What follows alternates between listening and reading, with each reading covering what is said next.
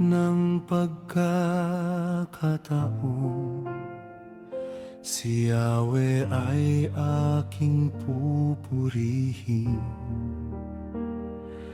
Pagpupuri ko sa Kanya'y hindi ko papatigilin. Aking pupurihin Kanyang mga gawa. Kayong naaapi, makinig matuwa. Ang kadakilaan niya ay ihayag, at ang ngalan niya'y purihin ang lahat.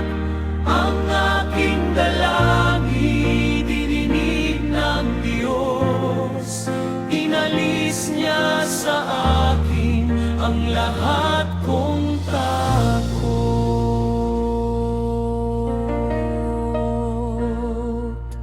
Nagalak ang aking umasa sa Kanya, pagkat di nabigo ang pag-asa nila. Tumatawag sa Diyos ang walang pag-asa. Sila'y iniligtas Sa hirap at dusa, ang kadakilaan niya ay ihayag, at ang ngalan niya'y purihin ang lahat.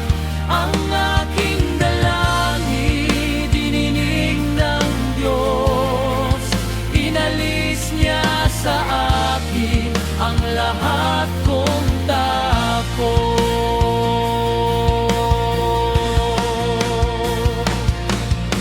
Anghel ang siyang bantay sa may takot sa Diyos.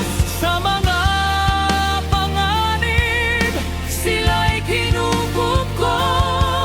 Matakot kay Yahweh, kayo na Kanyang bayan. Nang makamtan ninyo ang lahat ng